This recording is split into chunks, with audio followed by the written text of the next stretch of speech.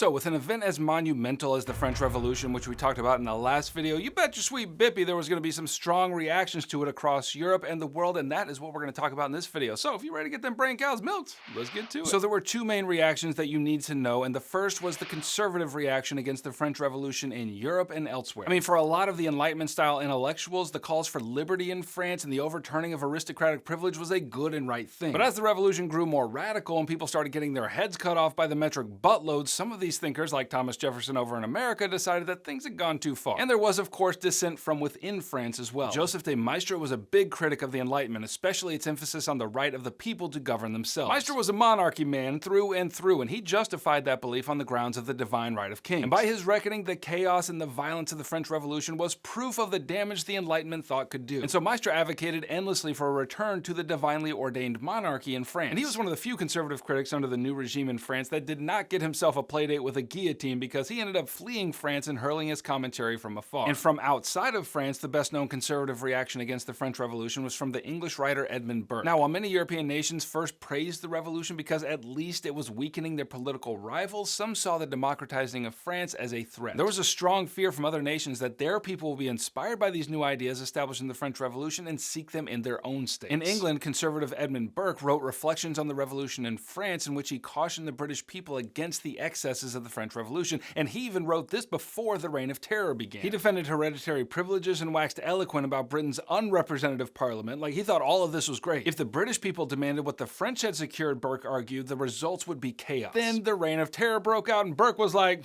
I told y'all. Therefore, a radical overturning of established norms in England did not occur as it did in France. Now, that was the reaction to the French Revolution from the thinky conservatives, but across the globe, there was a more violent reaction in the Caribbean. And by the beginning of the French Revolution, conditions in the French Caribbean colony of Saint-Domingue were getting, nasty. The island was made up of several social groups, including French officials, plantation owners, merchants, free people of color, and enslaved African laborers, and this latter group made up about 90% of the population. And to make things worse, the French government had granted various levels of rights to the different groups, and not surprisingly, the enslaved Africans were at the bottom of the pile with almost no rights to speak of. But don't worry, France, I'm sure that's not going to cause any trouble. Anyway, the conditions for the enslaved laborers on the island were brutally vicious. In fact, the plantation owners on the island, for whom coffee and sugar crops had made them exceedingly wealthy, had figured out that simply by working a slave to death and then buying new slaves, that was a more profitable system than treating them kindly. But it's okay, because once the French Revolution began and the National Assembly took over, I'm sure that they're going to extend the liberal reforms made in France to all their colonies as well. Wouldn't that be hilarious if they did that? No, the National Assembly ended up passing a series of decrees and laws that alienated almost every group on the island. Especially angered were the enslaved workers who heard the cries for liberty, equality, and fraternity in the streets of France and thought that those principles would extend to all places in the French Empire. But when the National Assembly refused to recognize the enslaved population's rights, the island was ripe for revolution. So by 1791, the slaves on the island who had witnessed the clashes between whites and free people of color began meeting under the cover of night to plan a mass rebellion. In August, the rebellion broke out and grew rapidly, and not long after, hundreds of coffee and sugar plantations were destroyed. And remember, this was France's most profitable colony, so these rebels weren't just destroying land, they were actively diminishing profits in France, and messing with money is the one thing you do not do in a large colonial empire like France. So as the rebellion went on, some complicating factors were introduced, and those complications were named Spain and Britain. You see, this half of the island was actually part of the Spanish Empire, and seeing the opportunity to weaken the French, they jumped at the opportunity to support the slave rebellion. The British, also sensing an opportunity in the chaos, blockaded the island with their navy and then invaded the land and took some territory for themselves. So because their most valuable colony was in danger from all sides, the National Assembly in France issued a decree that any slave who fought for the French cause would win their freedom. But the rebels looked at each other and were like, well, that's cute, but in case you hadn't noticed, we already freed ourselves, so